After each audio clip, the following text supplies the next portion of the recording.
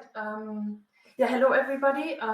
Thanks to the chatbot team for inviting us to being here at the panel. And of course, thanks to everybody who's joining our panel here. Use the chat to say hello to each other. Let us know where you're from. There's also a Q&A section. Section. If you have questions, put them in there so that I know where to find your questions during the talk. Yeah, my name is Romina. I'm based in Berlin, Germany, and I'm a voice user experience designer at an agency that's based in London called Vixen Labs. And I'm also the Chief Chapters Officer at Women in Voice Global. That's why I'm here to moderate the panel, and I'm very excited to have these four lovely panelists here with me. Before we jump in, so what's our topic of the day? We are going to talk about Voice First, where we are at and where we are heading. I guess that's kind of a classic panel topic or conference topic, but we really want to look at this from an international perspective and compare where things are at from the perspectives of different countries. So we have Spain, Italy, India, and Israel here, and myself from Germany, and I'm very excited to hear different perspectives and to hear where things are at in each market and how they differ. And just one last note, we were supposed to have Jenny Mero here as well from the US. Unfortunately, she couldn't make it, but she says hi.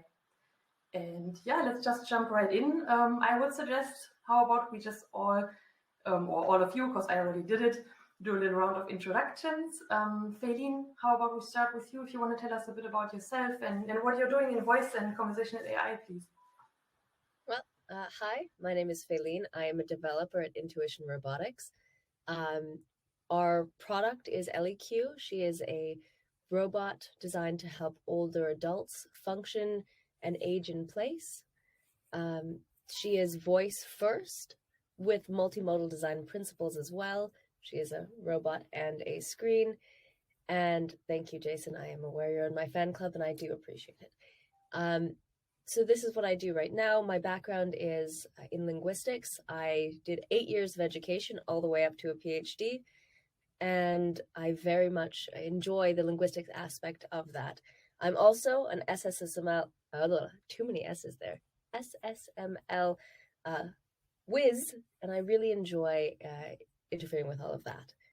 I am from Israel, and we'll talk about the complexities of voice in Israel and adoption therein, but our product is currently in English, and so that's mostly where I work.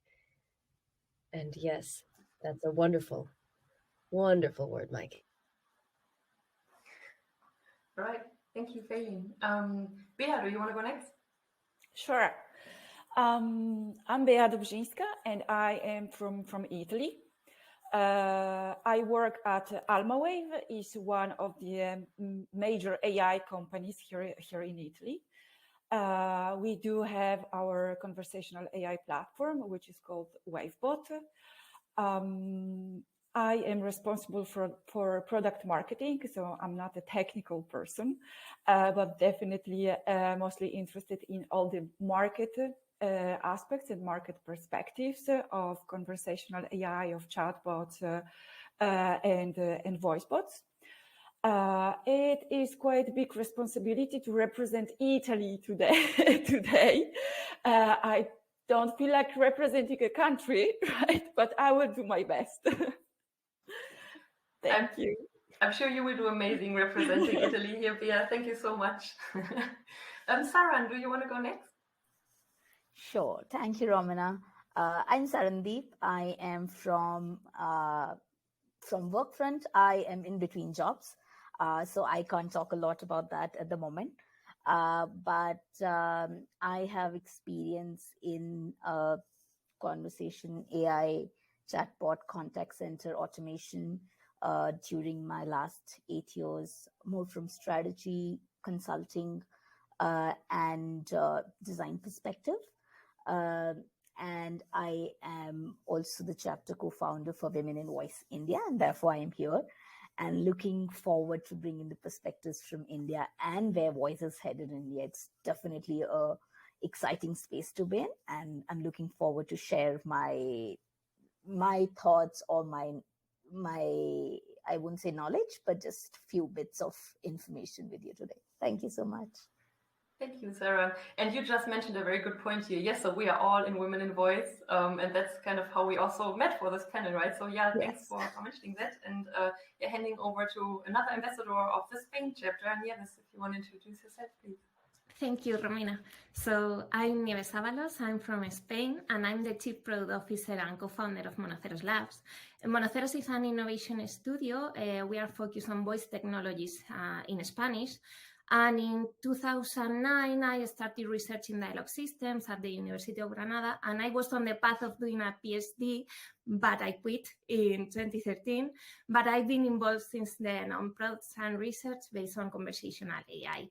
I'm also AWS certified Alexa skill builder and Alexa champion. And what I do in voice and conversational AI, well, at Monoceros, we started our company in 2018, and since then we build voice and multimodal applications for assistant like Amazon Alexa and Google Assistant. Everything in Spanish. We are so focused in Spanish. And as an agency, we work for clients to build top voice experiences for them in the Spanish market.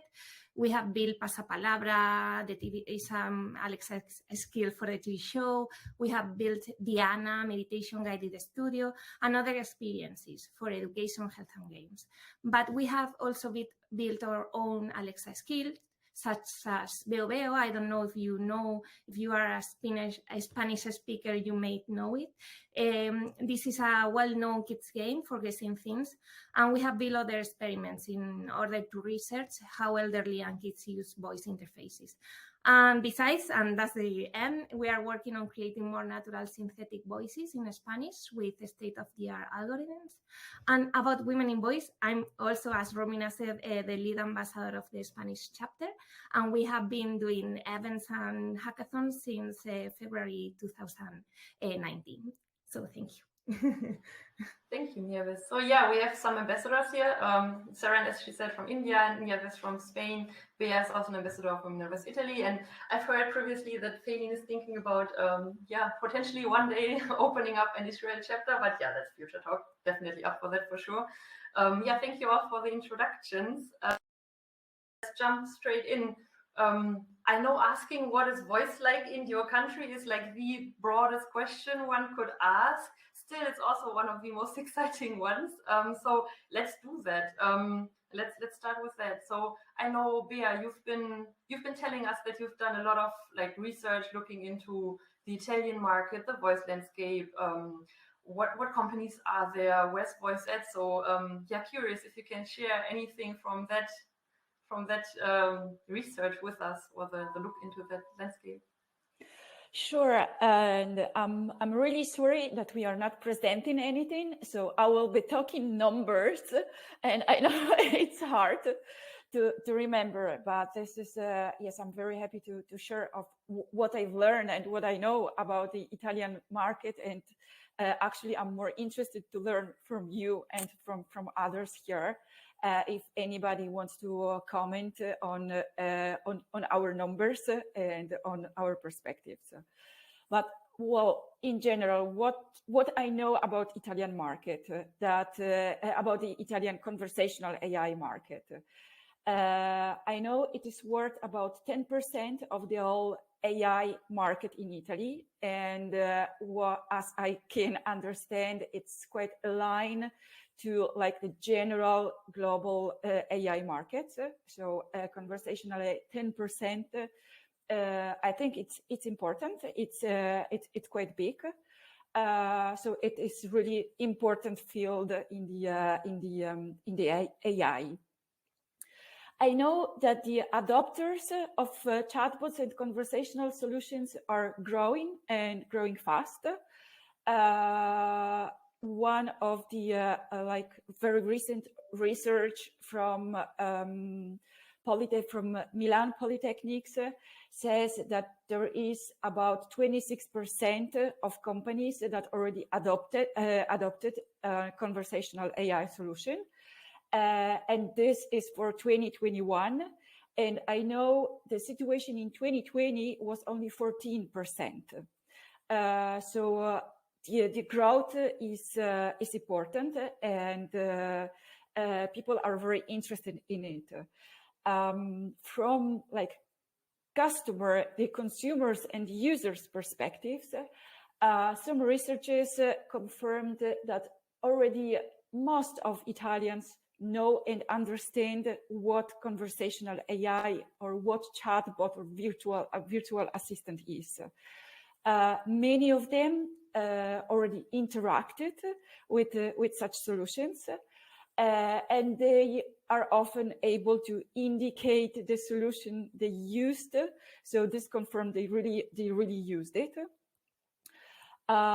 Most of the consumers use the virtual assistants on their smartphones and also on smart speakers. And smart speakers are actually in Italy. There is a big preference for Alexa rather than for Google. Don't ask me why. I don't know. And what I know for Italian market is also that Alexa will have something like over 6,000 skills, which is not impressive comparing to English. I tried to count only the skills available in Italian for Italian market, right? So, so that was the number. I don't know the numbers. I can't compare it with Google Assistant environment. I know in general is much less. The Google Actions are much lower number than the one for Alexa, but the Italian users do prefer Alexa. What else I could share is that most of the companies in Italy, the companies that already offer, the industries that offer such experience, the conversational experience, are definitely the telco. Telco and the media sector is actually leading the market. And then there are also utility, banking and insurance that are following. But I would say there is telco and media, a huge gap, a huge gap, and then we will have the utilities, banking and insurance. How the conversational AI or how the conversational solutions are made, I would say most of them are definitely informative and very little transactional, so that you actually can perform an action on the with the solution. And there are not many that actually do lots of personalization. So they consider conversational solution as extension of their brand. There are some very important. In Italy, I could actually mention two. It's Toby of Vodafone and Poste of the Italian Post. So these are the main, most known solutions that almost all the respondents to surveys can actually can say the name of the solution. Well, I could go like this for hours, but I will leave the stage to my colleagues. Thank you so much, Bea. That was like the perfect rundown for the market. That also kind of raised the bar quite high for everyone else. Don't panic, right? Like you don't have to give all the statistics here, but this was extremely interesting. Thank you so much, Bea. And I would suggest let's stay in the neighborhood. Nieves, Yes. Where's Spain at? Thank you, Romina. I should say that it's quite similar, at least with the Alexa numbers to Italy.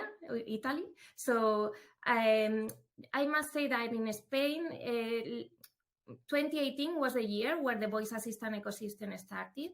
Alexa was launched in October 2018, and Google Assistant speaks Spanish since November 2017, although Google Home was launched in June 2018. So 2018 was a year, no?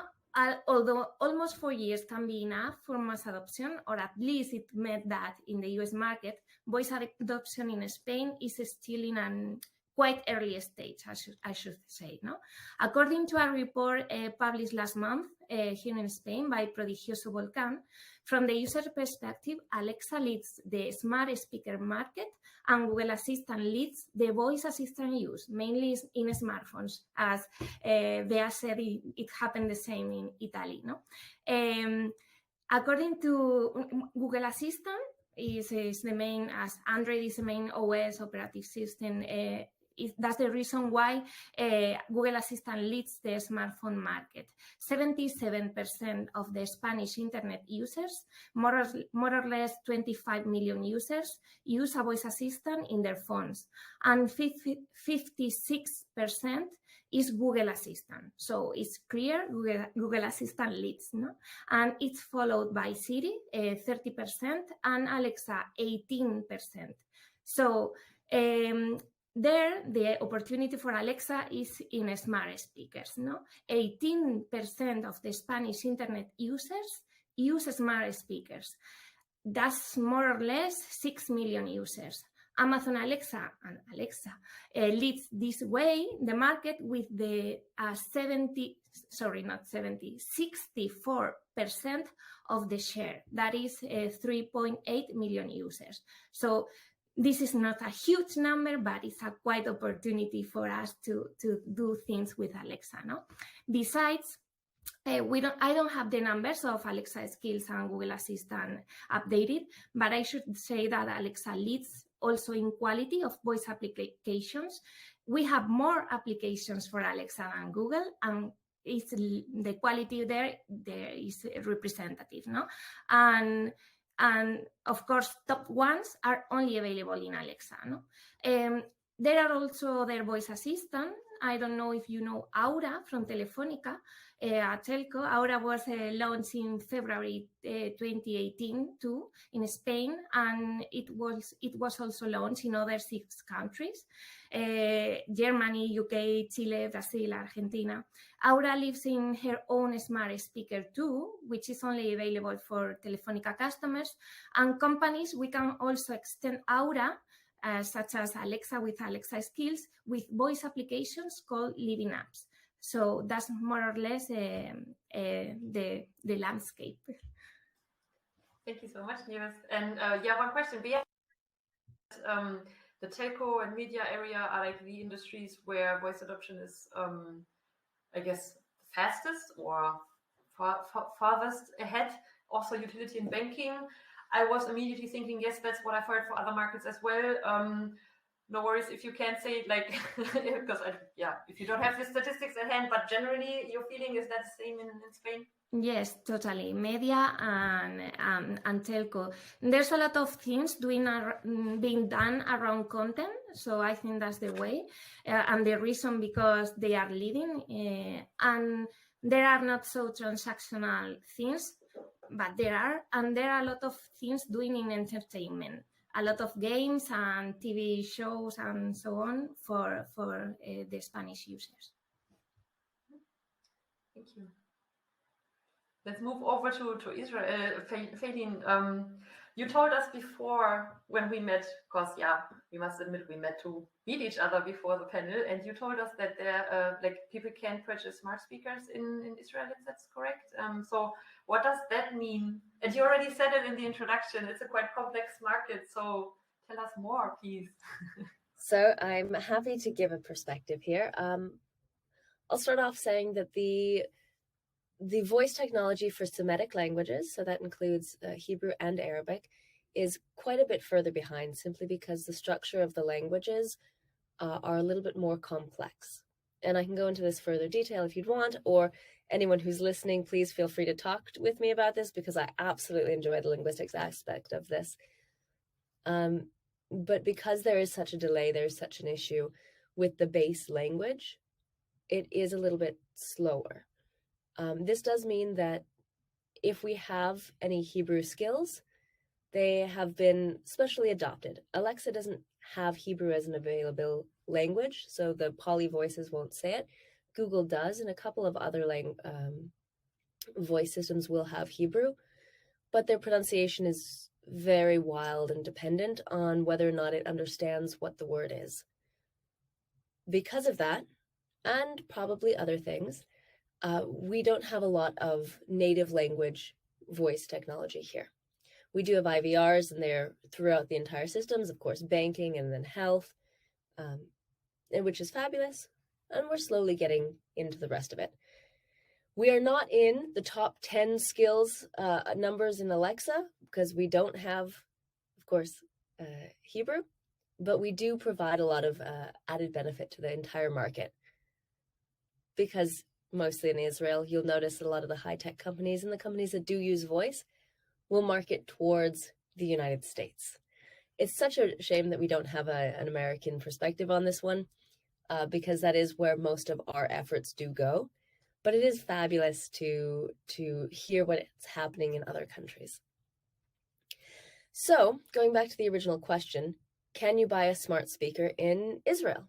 And the answer to that question is, as everything in this region, complicated. So, you cannot buy an Alexa in Israel. You cannot ship an Alexa from Amazon into Israel. If you do have it, you likely bought it from the UK or you bought it from the United States. And if you do happen to get your hands on a used one or you have it, you cannot access it unless you have an American Amazon account or a European Amazon account, specifically likely from the UK. So you will see that in Israel, a lot of the adopters of at-home voice technologies are immigrants, because we come from our previous countries, we bring in our understanding of what this technology should be, and then we use it. You'll also see a lot of people who work in high tech. They will have that as an option to have in their homes. But in general, voice tech leaves Israel, does not stay in Israel, which is a wee bit unfortunate, but that isn't to say that there isn't hope for the future.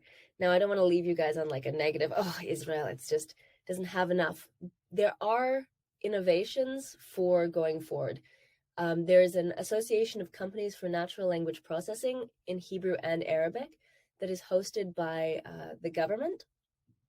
And there's about 16 structured companies, including, you probably know of them, Cocoa Hub and Voca.ai. They're all part of this, and as well as banks and newspapers to give unstructured content. This is very, very good news, because the market for Israel is very small. There's only about 7 million Hebrew speakers. There's more, but like 7 million is native. But there's a lot more Arabic speakers. And because there is this innovation that is happening for Arabic languages, for Semitic languages, we're able to sort of transfer some of that knowledge over. And if we want to go into the specifics of it as a developer, we can talk about how when you do want to try to make something that has that Hebrew aspect, that sort of native language aspect, there's so many basic complications. And if you write a chatbot or you design a chatbot, you may or may not consider this. Hebrew is not left justified. It's right justified. So anything that you write will have to suddenly be on the other side, which changes your entire design, leading it to having people not actually design for bilingualism or not allowing for a English to Hebrew or Hebrew to English change. So they'll actually, if they're very smart, they'll center justify everything. And if they're not willing to do that, they'll just keep it to one language or more, less, just one language. I hope that answers the question. There's so much to talk about in this landscape, but most of it has to do with using the technology to build things for the English-speaking market. Thank you so much. Yeah, there's like so much we could pick up on. Very interesting and so different, right? So thanks for sharing that, Falene. And so I'm assuming your work would then also be in like mostly directed to English-speaking countries then, right? Is that the case? Doing most of it? Mm-hmm. And I'm assuming none of you speak Hebrew, so my Hebrew is great. And if some of you speak Hebrew, so we wouldn't necessarily want me working on that unless it was from a purely linguistic, morphosyntactic, phonological base, unfortunately. All right. Thank you so much. By the way, to the audience, I see there's questions coming in. I take a break in a moment to ask some of the questions to the panelists. But before we do that, I'd love to hand the word over to Saren, because there's so much to share about and from India as well, right? Like talking about languages, there's so many languages in India. So tell us more, Saren, please. Sure. So, we've been talking about whether Alexa is available in, Hebrew or all the regional languages in Europe that we talked about. Well, Alexa and Google Assistant are available in Hindi, both of them.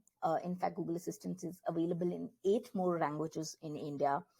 However, the reality is a little more complicated because while India has 22 official languages plus English, it is a lot more complex. According to 2001 census, there are 122 major languages in India and about 1,600 dialects, which makes it a very, very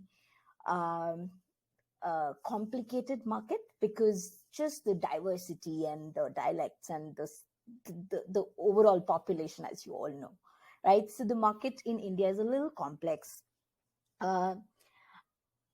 Around 500 million people use Google Assistant every month, with Hindi as a second language next to English, and the most commonly used language. In terms of, if I look at smart speakers, Amazon Alexa is definitely, the preferred smart speaker.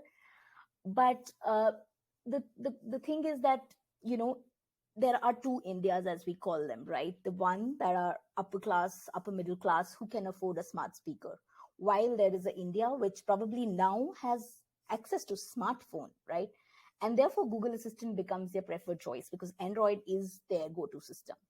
And a lot of these people are using, voice for navigation, for search, for playing songs, and those are the major use cases that you see in voice. Again, if I have to talk about India and the languages, I think a lot of use cases are rather simple and not very complicated and transactional. I'll give you a very interesting example of, a voice use case that has been implemented by a company called Paytm. So Paytm is a payments company. So, when lockdown happened and things happened, when, everything was online in India, you can actually do a lot of online transactions and online payment transfer, even to small retail stores. And there was this trust issue whether the money has come to my account or not from the other person when you are doing the transaction with a phone. So what Paytm did was they put these smart speakers in the shops, and as soon as you do the transaction, the speaker will just announce that this money has been received in the bank account. A very beautiful use case that, you have built trust and voice as a use case, which everybody can, just use, and you don't have to, nothing complicated, nothing transactional, just an informational use case. Another thing that's interesting is that the older generation and also the people who are not very comfortable typing, writing, or are not very well literate, they use voice as their main channel of communication. And they might not use smart speakers or smart voice assistants, but for example, WhatsApp, they'll send voice messages, right? So voice is a lot more than just speakers and assistants, but a lot of day-to-day transactions and lot of local interactions that people have with one another. And there are some statistics on why people can, or how people are using voice for search, and therefore you have to change all the algorithms, because voice search is a different game altogether, and you have to make sure that your search engine optimization and all of those are taken care of. But people actually are using voice not only in English, but a lot of other languages as well. And probably I can touch on the point of how the local startups are actually doing a lot of work in this space rather than the bigger players. Bigger players, yes, Google, Amazon, are doing a lot, but there are smaller players or startups which are working specifically in voice tech in India, which are driving a lot of this change. Yeah, those are some of the perspectives, and I'd love to touch on some of these use cases that we've seen. But yeah, that is the overall landscape as we see now. Thank you so much, Saran. And I think I just ran through so many questions. I could now ask to follow up. I think this is so interesting. Let's check quickly though, because I know that I think there had been some questions lined up that go back to, I think, well, no, let me check. The first one was from, both are from Pilar. Let's quickly squeeze those in. Is there risk in the future of adopting English as a lingua franca for voice skills at the expense of other languages? I think that's a very interesting point. Who would like to answer to that? Falene, yes. So Pilar, I have already been talking to you a little bit on this, but I do think that this is a very interesting topic. Just a thing you might not know about me because I didn't say, and you don't know me personally. My concentrations in linguistics were native language revitalization in Canada, so Canadian native language revitalization, and part of my PhD work, which I got 2 years in and then didn't write a dissertation for because who has time for that? There's actually a reason if you want, ask. Was on digitizing native languages. Having English as a lingua franca, or having in general a lingua franca, does create a community and a culture that exists separate from a regular day-to-day life. It is interesting, it is important. The fact that it's English does put English-dominated societies or societies of the West that speak English in a much higher position, which can marginalize minority communities, which is a problem. Is it a bad thing to have one sort of digital language? Sometimes. That's the best answer. That being said, there are good companies, good initiatives that are trying to make languages that are minority languages more relevant in the digital age. Mozilla goes to communities and they record languages en masse. They do a fabulous job of this. You have universities across the world going to their own indigenous native communities, trying to document and work on these things. If you know a linguist, they probably know somebody, or they know something cool about a language that they wish they could type in. And these are things that do need to be explored. They also come with we're all going to have to say it, the corporate costs. People don't necessarily want to invest in languages that are less spoken. There are about 9 main skills in Alexa in 9 main countries that make skills in Alexa. So those are going to get the majority of the effort. They don't include China yet, so we don't know how much those go in there. Will English stay as a lingua franca? We don't necessarily know. It's already become sort of a lingua franca. If you go to any of our communities, you're going to see, yes, exactly, Maike, you're going to see that we already speak English. Look, we're here speaking English, biachad, together. But all of us have second languages, or first languages, and English is our second. And this has already happened. So we live with the consequences. We try to push our own community languages, knowing that there are always going to be a little bit of obstacles. And I really do hope that that answered the question appropriately. But if you want to talk about it more, please feel free. I love this topic. Definitely.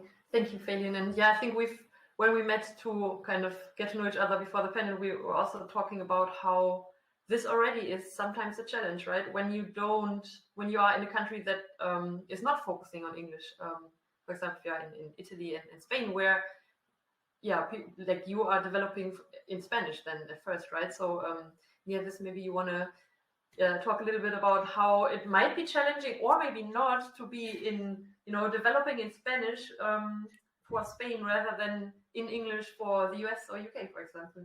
Yes, it's so challenging, and besides, we have Spanish is like we have 500 million native speakers, no, around the world. It's not only Spain, no.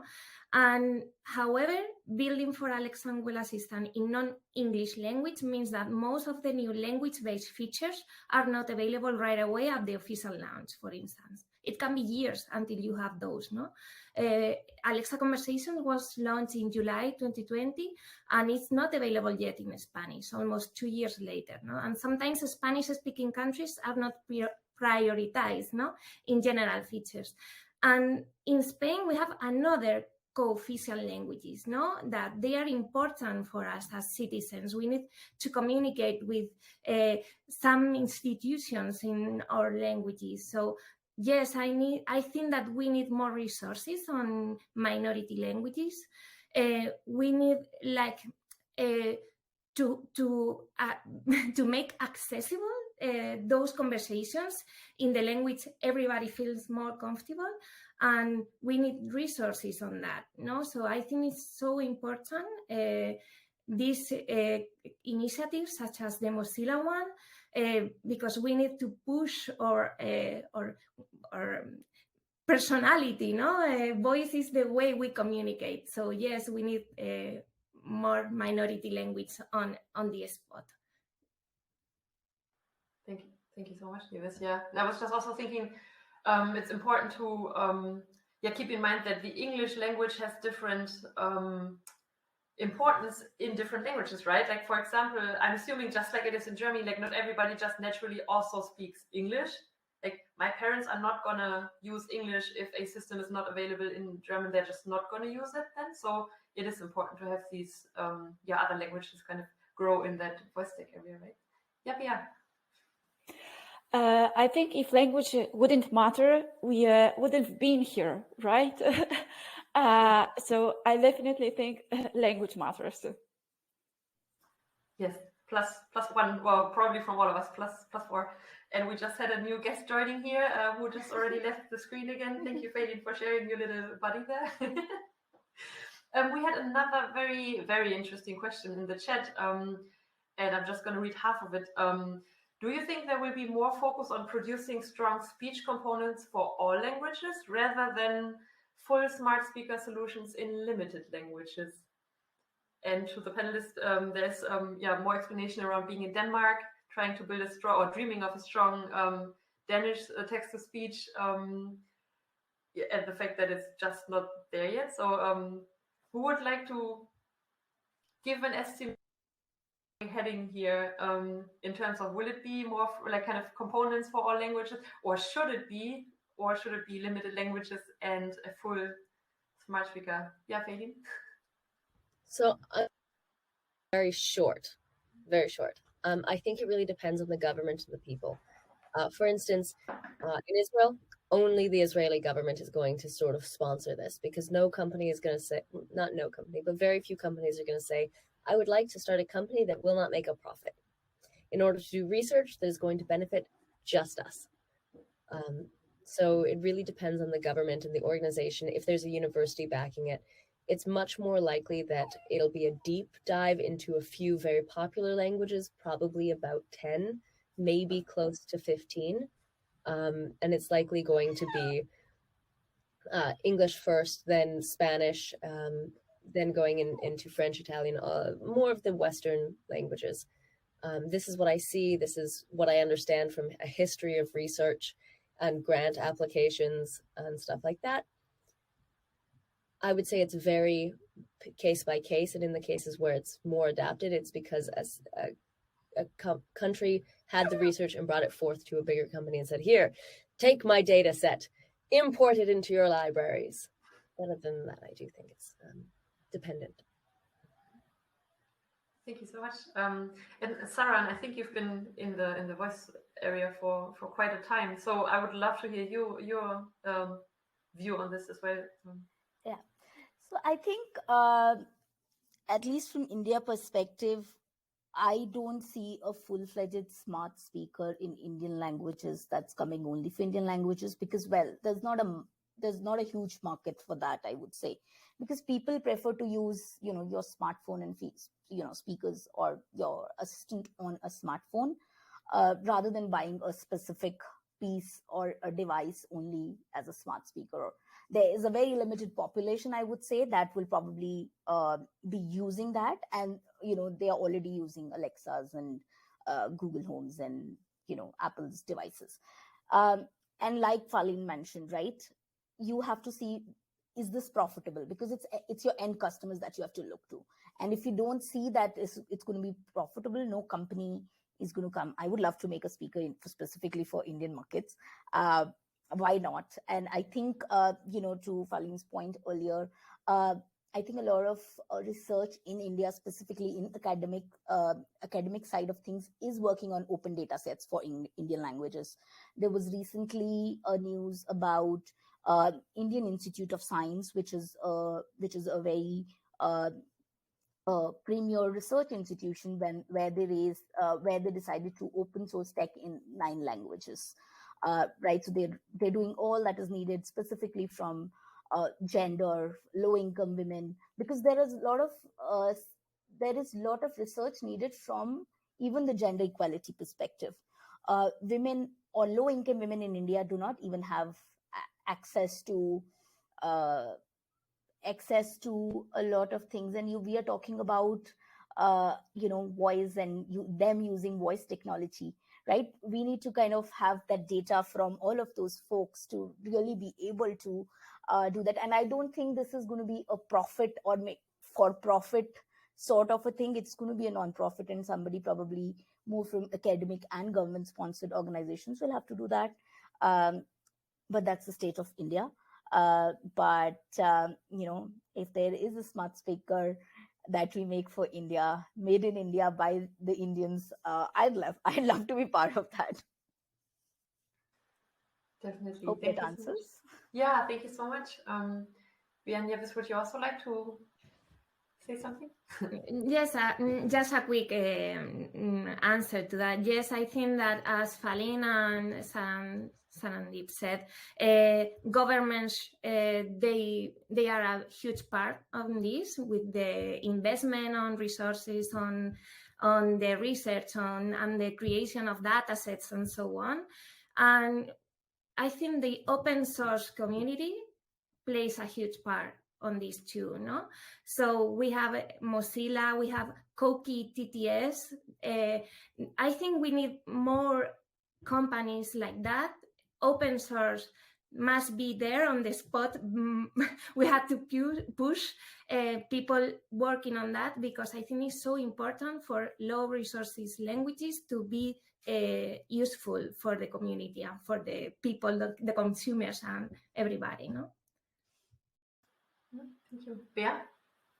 Yes, I would like to have one short comment too on the voice international community and the languages. It always comes also with the country, right? So also, like for big players such as Google or Amazon, I think languages will be important if they want to expand into other integrations, right? There is a large number of population that want this voice device, and those devices, we know Alexa, Google, but also we should consider like the situation in South Korea or in China. They have completely different design. They are completely different. But beside that, also like to have this voice in your home equipment, right? You will not use it if this is not actually in your language.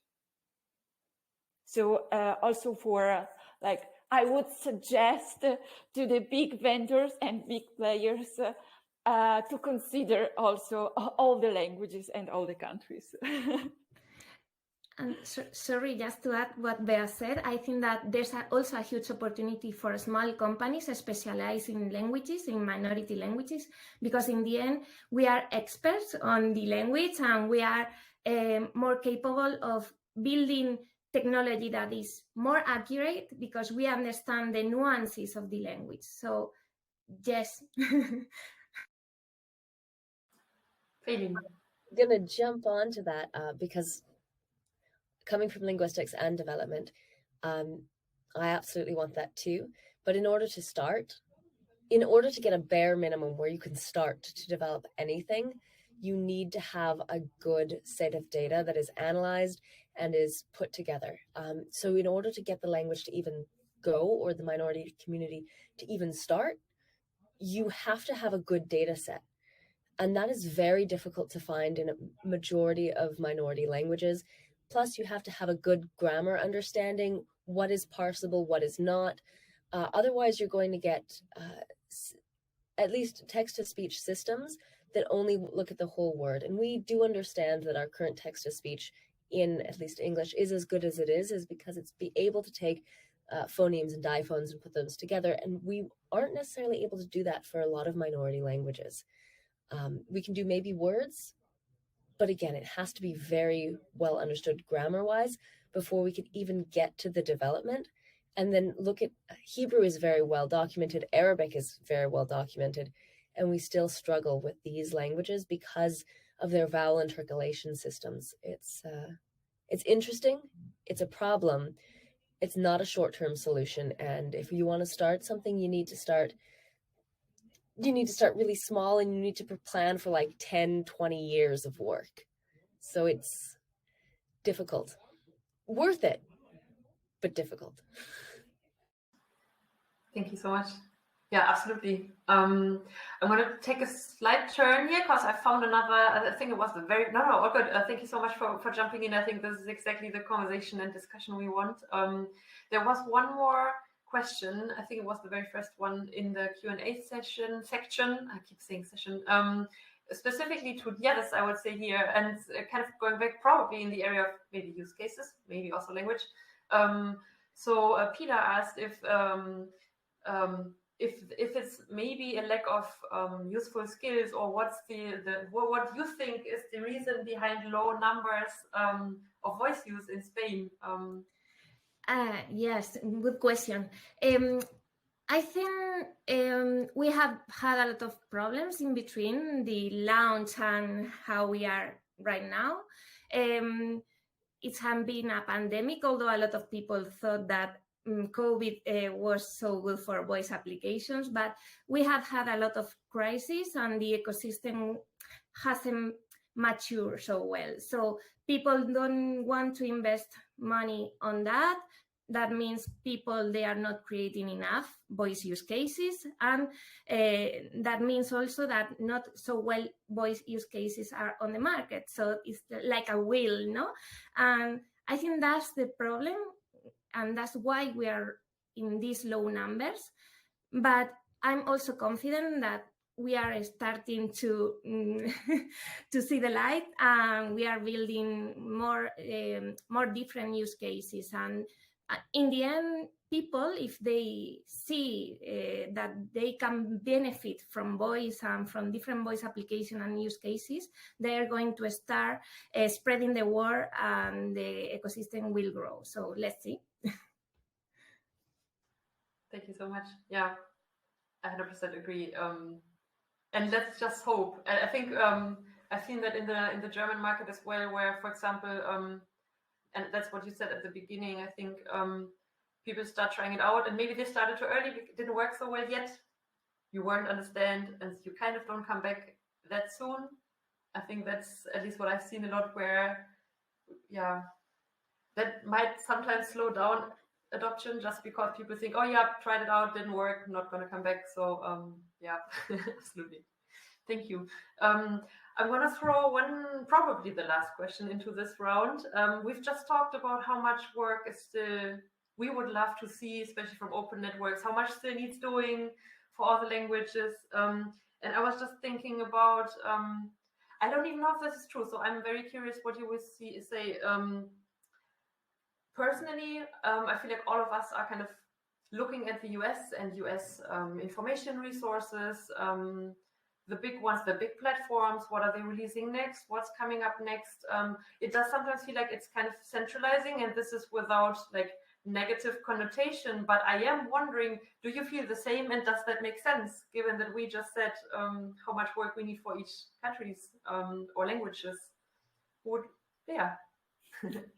I can go with this. So how much work? It's hard to estimate in numbers, right? A lot of work. So, I do confirm that we always do compare into the US market and the English solutions in English. What I've seen do sometimes by the Italian companies, like the Italian developers of voice applications, that they would use, for example, like the Alexa or Google Assistant infrastructure and enhance it with own proper or open other resources, right? So it is not like you can do everything, because the infrastructure also for different countries and languages are different, are not the same. But at least, let's say, I wanted to give like a positive final comment, right?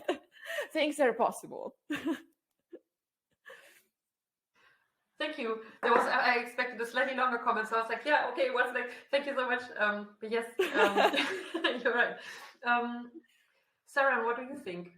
Are you even looking at, like, is the US your core source even?